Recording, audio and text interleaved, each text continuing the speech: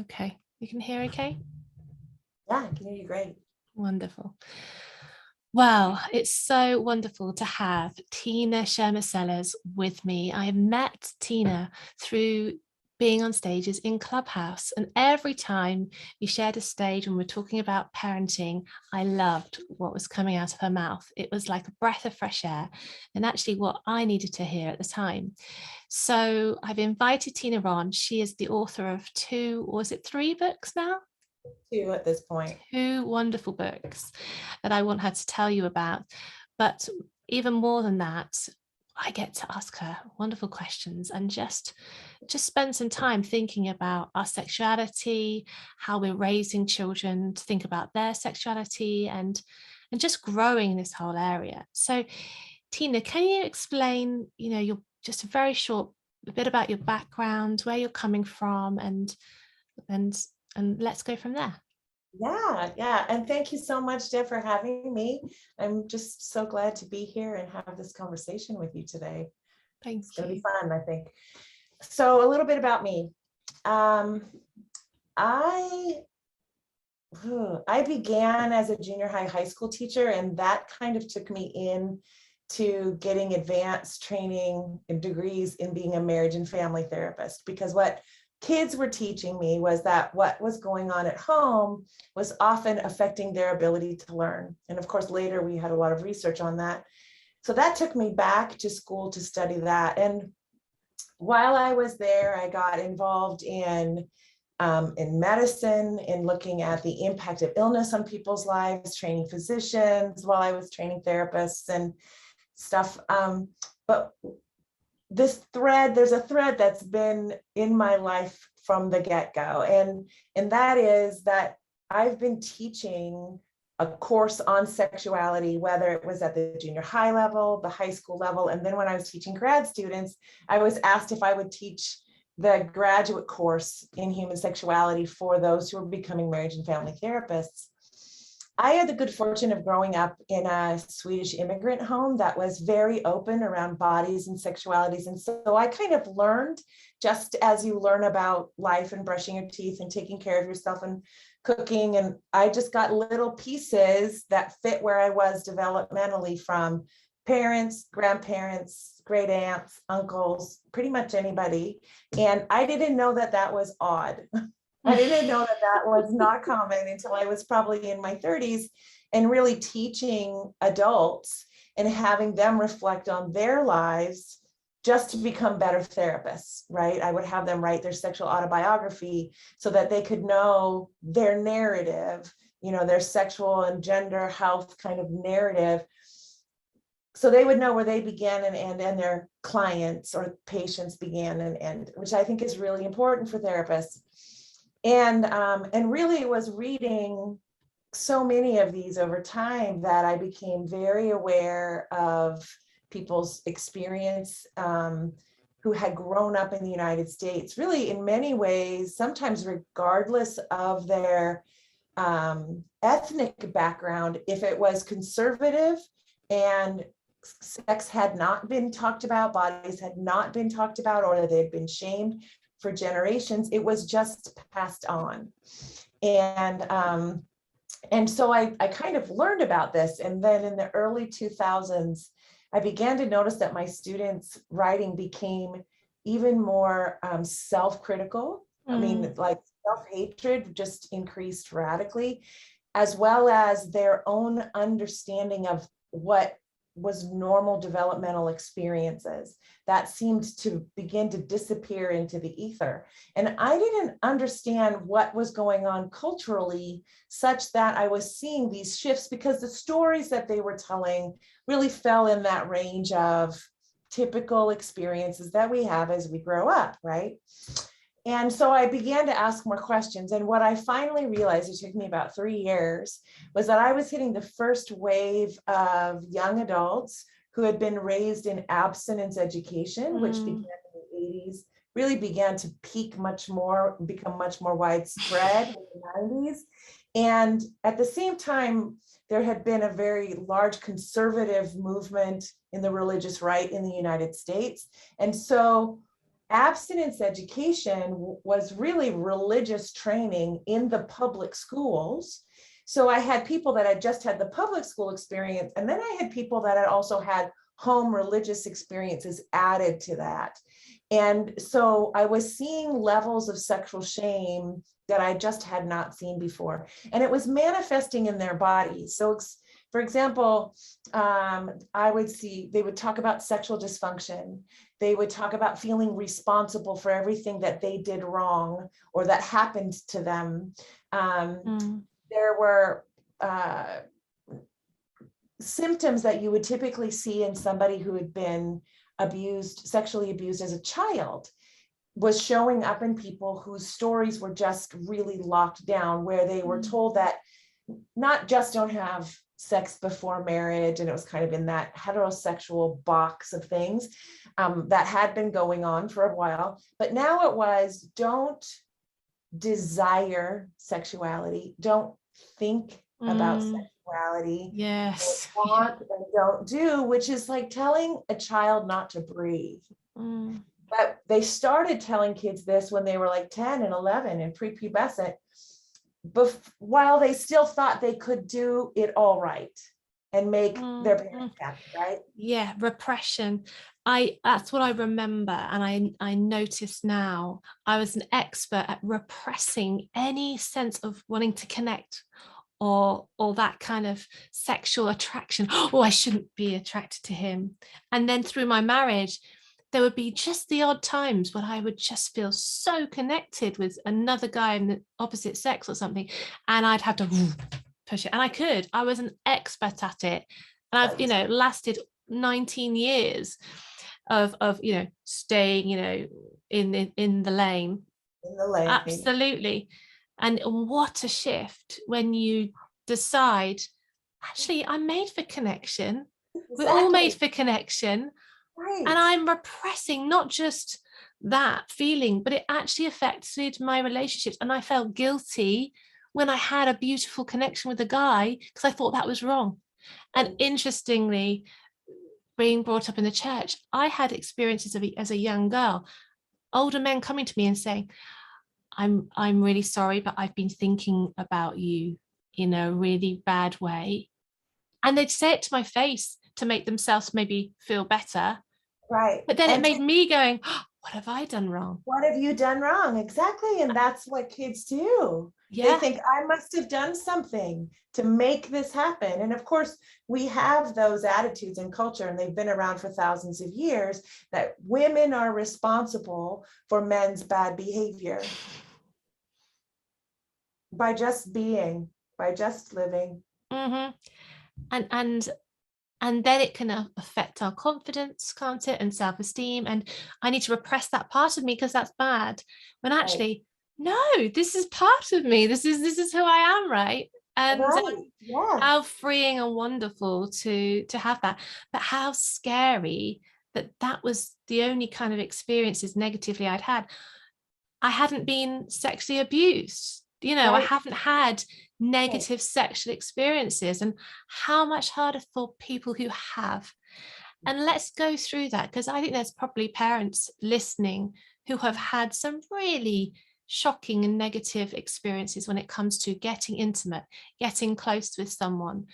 Can you take me through some ways that you help women, let's say, or men on this journey of finding connection again? Because I'm all about we're made for connection. That's my kind of foundation, aren't we? We're built for connection. We're built for connection, and we're built for pleasure. Both are true. You think about an infant that is born, the milk isn't there, the mother's milk has not come down, and yet they're rooting, they're smelling, they're seeking connection and pleasure. That's what they're doing. It's innate. We know that if you don't provide toddlers enough loving touch, they will suffer neurological damage. You can walk down the halls of an Alzheimer's unit and you're going to find people who don't have memory, but they are seeking connection and pleasure. It is hardwired in us. Now, we may all go about doing it slightly differently. There's a lot of variation there in how people do connection and pleasure, but connection and pleasure we see just across so many things. Well, I don't know. I have asked so many people when I've been traveling around talking, tell me about what it was like for you growing up. Was it mostly silent and shaming, mostly open? What is it? And I really think it's somewhere around 90% of people that I have spoken to, thousands of people, Wow. who will say it was mostly silent or silent and shaming, maybe one talk, maybe no talk at all. And which means that we leave our children to get their education entirely from the media. And so then they don't necessarily have the skills to tell when exploitation is occurring, or even what they like, or is their body okay, or any of those little things that we want to teach along the way. And so I think there are thousands and thousands, if not hundreds of thousands or millions of people whose epigenetics through the generations, there has been negative messages about bodies and sexuality, and that it's scary and dangerous and you have to watch out and don't do. But not a lot of it, and this is true in the United States in particular, and maybe true in England and other places as well, but it's very different in the Scandinavian countries and in like Holland. And we see some significant differences in what people report and Body the methods confidence. involved. Oh yeah. I bet, and body language as well, right? I bet you see a change, it's complete body language. Tell me some symptoms of this sexual trauma being locked in the body. What are the kind of symptoms that you would witness in a human, in an adult, or maybe teenager? Where do you want to go? Yeah. So there will be at times places in their body that they don't want touched because maybe it was touched in some way that wasn't okay with them, but they again repressed it. But your body speaks, your body holds memory. We hold memory on all 5 of our senses, not just visually, right? Smell, all of them. And so the body might start kind of triggering, right? Or the messages that we have downloaded, whether they were covert or overt from parents and from society, that also can trigger in us fear and a fight or flight kind of response or freeze. And a lot of people will describe that they have had unwanted sexual experiences, but their body just went frozen. Like they were just scared and they didn't have the skill set, because no one taught it to them, of how you enter into conversation first, how you make sure that things are consensual, how you recognize that something might be a red flag, just all the little things that we want to teach our kids, we don't teach them, right? And so then what happens is people have experiences that aren't good, and then that locks in the body. And then often they turn around and blame themselves for the fact that it happened. I shouldn't have been at that party. I shouldn't have walked home with that person. I shouldn't have drank anything. Whatever, as if it was their fault. But we as a society have actually set people up to have hurtful experiences and to often hurt others when they don't mean to. Right? And the body is wired to protect itself, which is the shutdown response. So actually it was something that the person couldn't control because the body took over and went lockdown. So when somebody is raped, sometimes the body shuts down. They can't talk, they can't resist, they can't move because the body shuts down, right?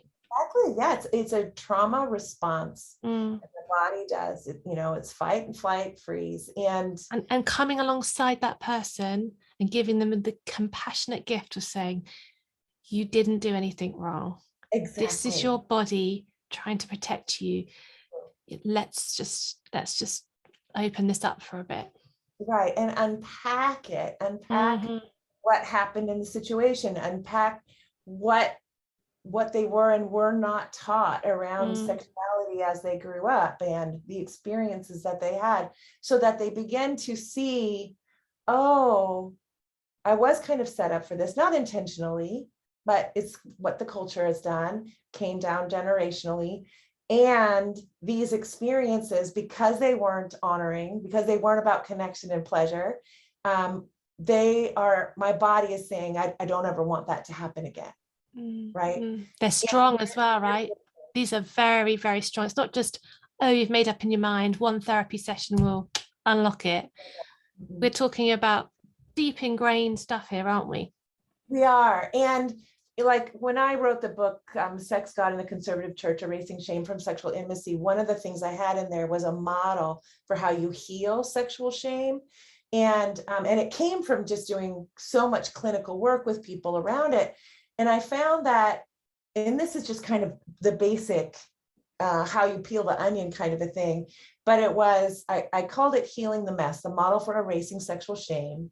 And it was frame, name, claim, and aim. And frame is, let's start by giving you a framework of what sex education really is. Stuff about your body, stuff about culture, stuff about gender identity. Just let's give you what you weren't given slowly as you grew up. So now you can begin to say, oh, that was a myth, that belief that I had.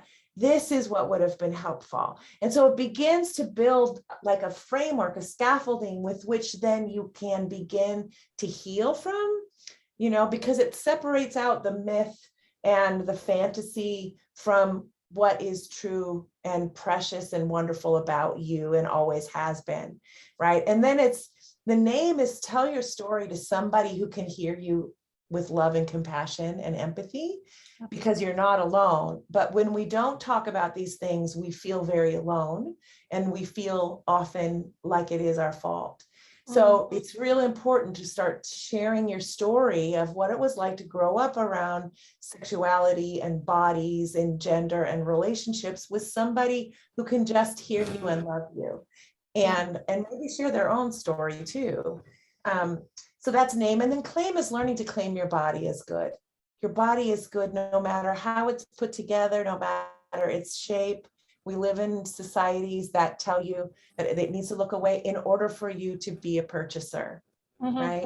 And that is just ridiculous, right? And so sometimes as people begin to do those three things, what they begin to do is write a new legacy for themselves, so that they don't pass down inadvertently the one that they were given. 100%. Isn't it so true? You're breaking the cycle as a parent, and how powerful is that? When we do work, boom, massive impact. So I'd love to move into sort of practical ways that we can break this cycle, and how we can talk to our young people about sex, and maybe also talking about focusing in on safety, feeling safe as a person. Because when I trained as a therapist, one of the main things that came out was the importance of helping the child to feel safe with you and seen and heard and noticed, right? And that's all part of this thing. And it transpires, in my experience and view, which is much more limited to yours. But when we're talking about having sex, the best connection, the best intimacy is always linked to a feeling of safety, would you say? Yes. Yeah. And first and foremost is a sense of safety within yourself. You trust yourself, and then safety with the person that you're with. So I think it begs the question, what helps me know that I can trust myself, I can be safe with myself? And what helps me know that someone else is trustworthy, that I can feel safe with them? What are the qualities that go into that? Because some things about that. But sometimes we need to do a little deeper thinking to be like, oh, these are times I felt safe. What was true about that person? What was true about me in that situation? Where are the through lines there? So I can take that kind of thing forward, because when we haven't taught the exact skills, we're learning it all intuitively. Right? And paying attention takes time, right? And there's a thing about speed, I would say, taking your time with people. And this pause, play, connect framework, I really feel fits beautifully when we're talking about having sex or healthy relationships.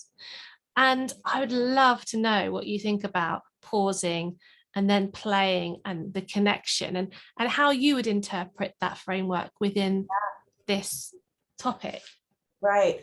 I love the framework. I think the framework makes a whole lot of sense.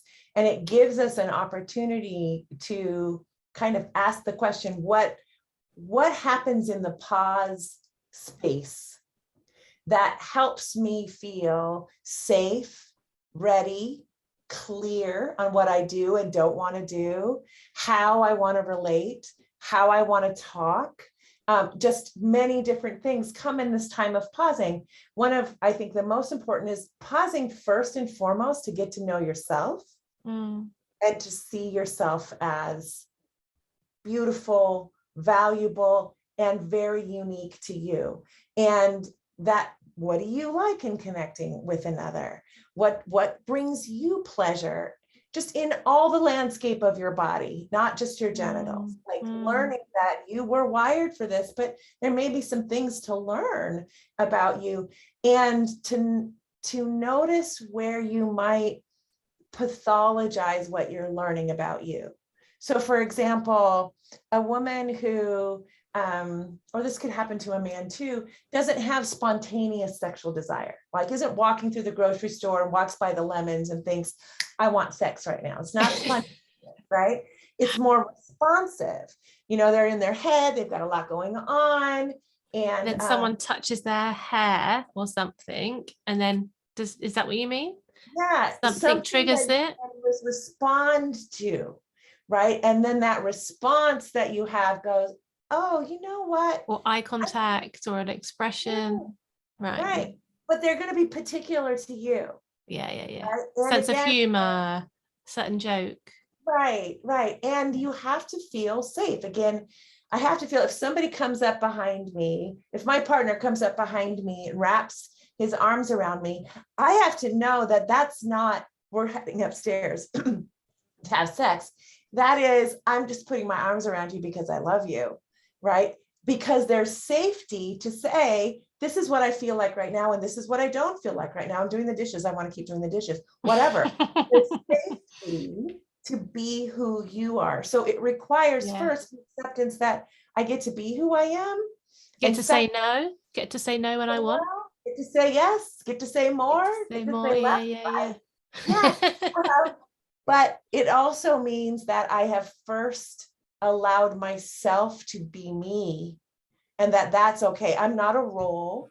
I am a mom of 4 kids and a grandmother of 2, but I'm not that role, right? I'm not just a therapist. I am a person, and I have my particularities about me, and they change every day, right? And that's okay. And we're all like that. So that's where you start with your safety and your knowing, right? And your pausing. And it helps to relax, doesn't it? Because without being relaxed, you look in nature, we can't play. And I say this again and again and again. It's really true, right? Yeah. And noticing the environment that you're in. Is it how you want the environment to be in? You know, all of those things. But then I think the pausing is, what kind of person, what are the qualities in a person where I notice that I feel safe and want to bloom, like want to just be me in however that is, and there's space for that, right? So I have to do a little bit of thinking and reflecting on that. And then I might have to do some experimenting with different kinds of people to keep learning that. And that's all great. I think that's all great learning. You know, people will be like, oh, well, I made that mistake. And I'm like, babe, there's no such thing as a mistake if you turn it into a lesson, something you can take with you that will enrich your life. That's how we learn. If we were meant to learn differently, our prefrontal lobe wouldn't get done at 25 to 28. A bit quicker, right? Yeah. Yeah. So I love that. And play is curiosity and making mistakes, isn't it? Yeah, it is. And then you get to move into experimentation and playing and laughter and wondering and trying. But again, inside a relationship of safety, I can say, oh, that's super fun. Or I can say, oh, I didn't like that so much. I think I might like this. I've got the freedom to speak because got the voice. I've done the pre-pause work, right? And again, it's not linear, because you might be in the middle of play and then realize you notice something about yourself you didn't know before.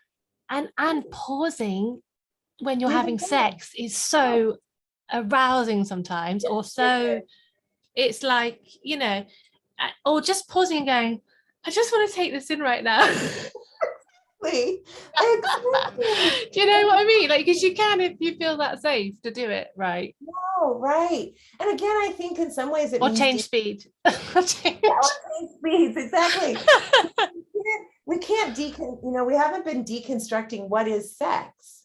I mean, especially in the heterosexual world, so often it's just assumed that it's penis and vagina sex, and good sex happens when he ejaculates. Now, I see this all the time in the heterosexual world. In the queer world, there's so much more permission to play and be however you are. And the first question is, what are you into? Well, we don't in the That's straight creative, right? Already.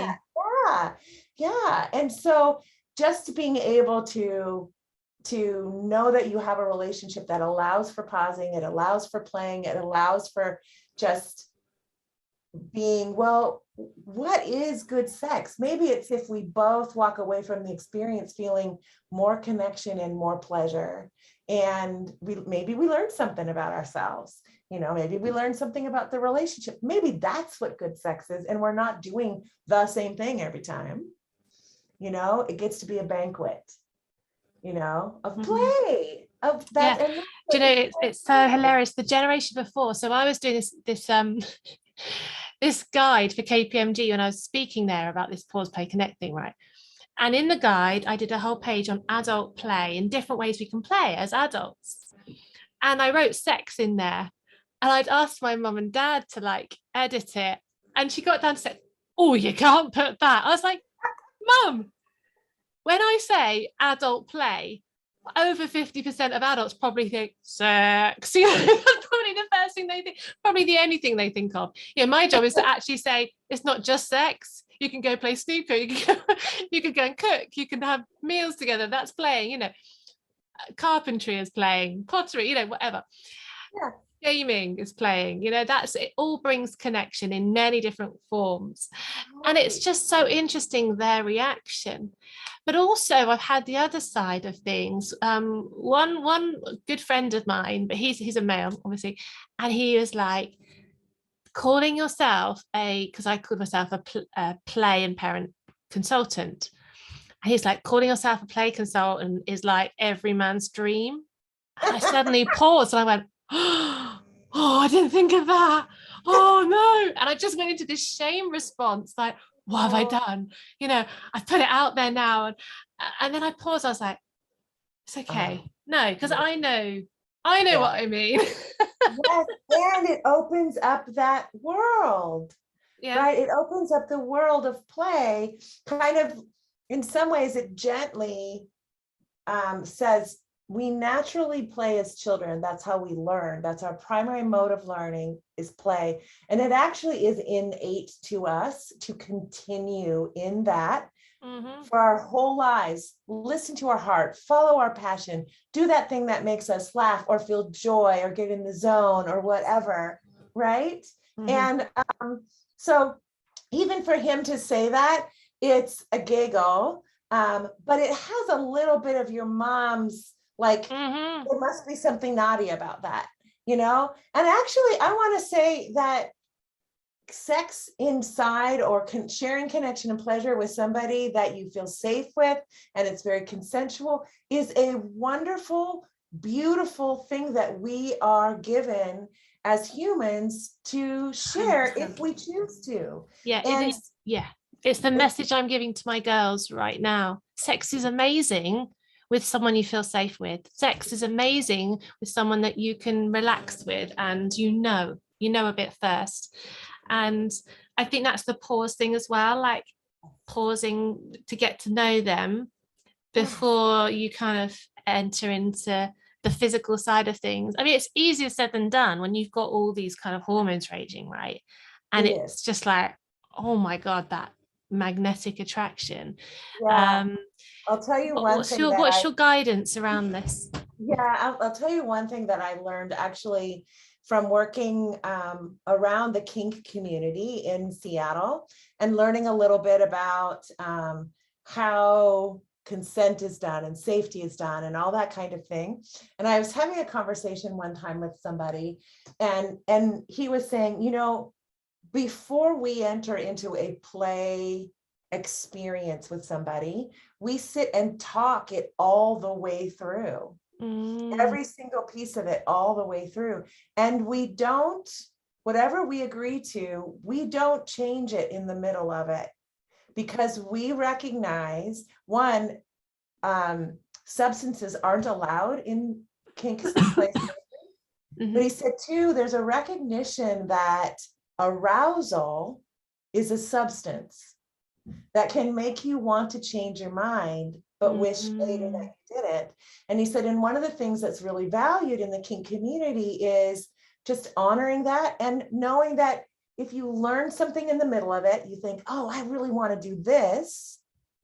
And your person says, well, we didn't negotiate that, but let's put that on the list for next time. There's a belief that there can be a next time. So that way, you know, boundaries are always going to be honored. Whatever you decide here, it's going to be fine here. And nobody's going to jump and say, oh, I now feel this. And so therefore I'm going over here with your body, you know, without really having real consent, perhaps. Yeah. But on the other hand, isn't there a space for sex being like a dance and a fluidity and a flow that's not sort of regimented, you know? So it's like boundaries, that sounds really safe, and that sounds important for that kind of sex, because you're talking about, and pain thresholds are affected, aren't they, you know, when you're aroused, and then you afterwards you could actually feel really battered and bruised. But with the whole traditional sex, maybe, or whatever you would call it, I don't know, yeah, what do you think about that flowing and taking time and reading each other in this dance? And I love that, and I'm really glad that you brought that up. In relationships that are established, or there's been some time to do that pausing, knowing yourself, knowing them, and build the safety, then you can have a wide range to actually create. I love the idea of tango, because tango actually, the next move relies on the move that was made before, and you don't really know what the next one's going to, but you have enough experience with each other that you can do that. And that can happen in the kink community too. They have enough experience. But when you're early in a relationship and you're still getting to know each other, it's really good if we can teach ourselves and teach our children how to be like, well, what do you want the first experience to look like for you? Let's think about that for a minute. And let's try to have it fall within those realms of, that sounds fun, pleasurable, safe, and then be able to give yourself the permission to sit back and evaluate, and then maybe adjust it next time. Just because the relationship isn't established enough that you want anybody to flip a switch, you know, and then all of a sudden you're caught in a place where it's like, again, freeze. Can I say no? Is it okay? Yeah. That's You beautiful. know? Yeah, that's really important. I think it's so important when we're talking about consent. Excuse me. Right, exactly. Oh, I mean, sorry. Yeah. And Yeah. I love the thought of thinking about the first time. Oh, I was sorry. gonna say, we just don't ever get to really say yes in a relationship until we know for sure we can say no and it's going to be okay. We're not going to be punished, or they're going to get mad or roll their eyes or whatever. So that's like a real early thing that we want to try to help, you know, adolescents and young adults understand, is that as soon as you know you can say no and that's going to be fine, will be when you can really learn to say yes. And then going on from playing to connecting, when do you feel, you know, when do you know you've just reached that ultimate feeling of connection? And what would you say is, especially when you're talking about sexual connection, what are people looking for and listening for? What's the kind of stuff going on inside? This is one of those things that can be very variable in people and what they're actually wanting with regard to connection. Some people might be looking for a really deep, soulful connection where they feel deeply seen, known, loved, and accepted in the midst of all the play and touch and everything.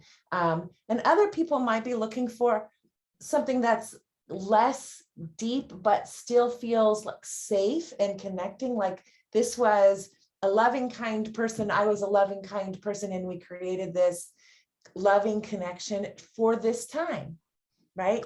So connection is really variable for people based on what they want. But I think what's critical and why I love that you have this in there is that it invites us to think about, what do I want with regard to connection, and how can we go about creating that? What do you want with connection? How do we go about creating that so we increase the chance that we both come away from the experience having done the play we want, but having felt the kind of connection that is important to us in that time. I think that one of the things I've learned is just to really listen to what people need and want and what's right for them at that moment, because it just doesn't seem to stay the same all the time. And that's human, that's fine. You know, you can have somebody who is, gosh, I can remember, I mean, I got divorced almost 30 years ago, and there were a time when I was dating, but I also had 2 children, and they would be at their dad's, you know, every other week or whatever. And so on the off weeks, I would date or whatever. And I was very clear at different points along the way, I'm going in 30%. I'm not going in 100% because I don't have it in me and I don't want it. You know? And so I would say that up front. Here's what I'm willing to invest. Here's what I would really like to see. And this is the kind of connection that I'm seeking. And does that even fit or work for you? I love that. And one of the big questions I talk to parents about when it's talking about their children are, where are the areas of disconnect? It's a lovely question that can also flip it on its head, isn't it? Yes. And sometimes that's kind of maybe easier to spot and easier to feel, did I actually feel disconnected here? And I'm wondering what was going on for me. And because of our busyness and talking about past trauma, all sorts of trauma that we experience, or distractions or tiredness or all these things, it can really cause that disconnect, the mind-body disconnect, the person-to-person disconnect. What do you think around that? I really love that question because I think it can teach us a lot.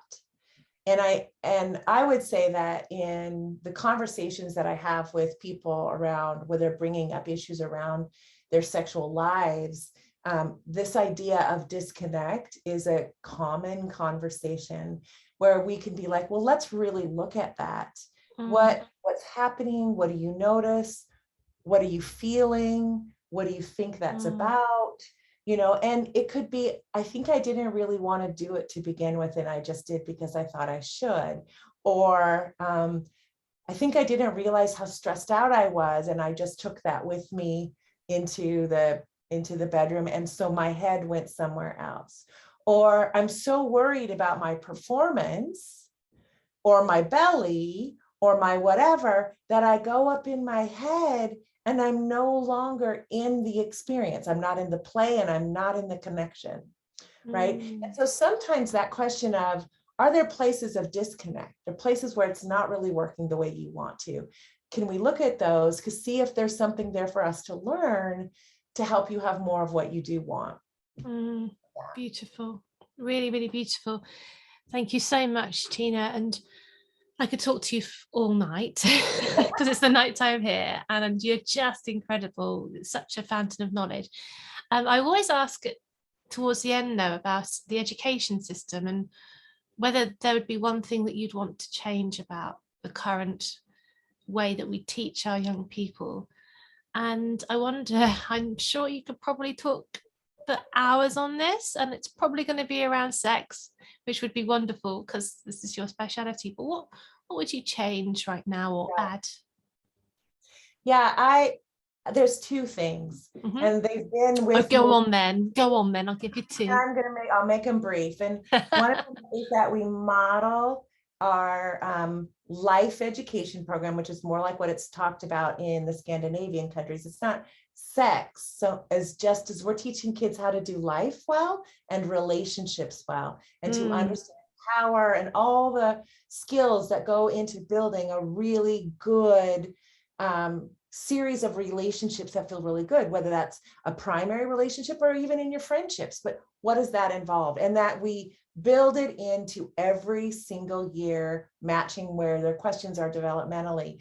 And then my second thing is, I would love to take every 16-year-old and let them take the year off of school and go someplace in the world that needs help, and just go and listen to what help means for them and come alongside them and do whatever. If it's finding more water, if it's, building more buildings, if whatever it is that they learn, and then what happens is, I think they get out of themselves and they realize we are one human connected family, and they get the experience of really serving and loving. And I think it's more valuable than the regular sophomore year. I think they can afford to take the year off and go out in the world and make a difference, and then come back and say, okay, junior and senior year, how does that experience then change who I am? Wow. I think that would be incredible. I love that idea. It's so important. Really, really good. Yeah, completely agree. Oh, thank you so much for all of the wonderful insight. I think this is just going to be a really enriching podcast for parents, just to pause and think about their own journey. If you were to leave parents with just one thing to go away and think about, or to be encouraged with, what would you want to say today? Well, the book I wrote, Shameless Parenting, Everything You Need to Raise Shame-Free Confident Kids and Heal Your Shame Too, it's divided into ages: birth to 2, 2 to 4, 4 to 6, all the way up to 18. So if you feel like I didn't get what I needed growing up from my parents, they did the best they could, but I didn't, and I am really afraid of passing on my reactivity and shame, that book was written for you, because it will literally hold your hand. Because I just am feeling so much for how hard parents are working to try to do it different, but then feel like they don't know how, especially around sexuality and relationships, because our world keeps getting more complex and our kids keep getting exposed to more sooner. And it's so easy to go into fear mode and freeze mode as opposed to learning mode. And so that's what that book is, just there to hold your hand and say, here's what your kids are going to go through. Here's what it might look like. How are you going to react? And here's the top books for you and for your kiddo, and websites just for these 2 years. That's it, and then 2 more years. That's if I could give that book to every parent, I would. I really would. Wonderful. That sounds like the perfect book for every parent. And can you go over the title again so that they can find it, and your websites and your links? I know you're on Instagram, aren't you? Yeah. So the book is called Shameless Parenting, Everything You Need to Raise Shame-Free Confident Kids and Heal Your Shame Too. And my Instagram is Dr. Tina Shameless. And there's lots of free resources there. And then I have 2 different websites that kind of point to each other a little bit. One of them is just my name, so tinashermersellers.com. And the other one is drtinashameless.com. And either place is going to point you to, here's some free resources, here's some webinars that maybe if you want to, that are $10 or not a bunch. And here's things you can even give the professionals, like you could give these handouts to your teachers or your doctors or whatever, and that will probably help them be better supportive of you too. So it's just, those are some ways to find me. And people are always welcome to DM me if they have questions. And we've been trying to get a parenting community kind of off the ground, only just to try to get parents talking. And then if they have questions for me, I'm happy to answer them or do a and video people can or whatever. study under you, can't they? I mean, if they really want to go deep, Mhm. which website would be best if people So want to study that's with you? yeah, that's the Northwest Institute on Intimacy. It's NWIOI.com. Our Instagram is NW Institute on Intimacy. And that institute is there to give sexual health training and sexual bias understanding to teachers, educators, coaches, therapists, doctors, clergy, all the people that people go to when things aren't going well for their kids around sexuality or for themselves around sexuality. But we don't get that training in school. People think you do, but you don't. And so you actually have to go do a little bit of specialized training. So we have that. And then we have now 37 asynchronous courses on that website that people could take anytime they wanted to learn about pelvic pain or learn about transgender care or learn about anything. I mean, just not anything, but a whole lot of things, just because, again, we're trying to make it easier for professionals to get what they need so that they can serve people in the way that they want to. That's so wonderful. Thank you for all the work that you've put into that, because it's invaluable. And we're talking about transformational work here and changing lives and just freeing up all the kind of stuck thinking that we've been kind of indoctrinated with. I just hope people can fly and discover this earlier than I did. And it's been a later journey for me, but my God, it feels great when you can move past all that shame and guilt and just live authentic and free. And it's an ongoing journey, and there's still always layers to peel, but just wonderful to hear you talk today, and really appreciate you and all you stand for. Well, I So appreciate thank you. your work too. So thank you for inviting me. This has been wonderful.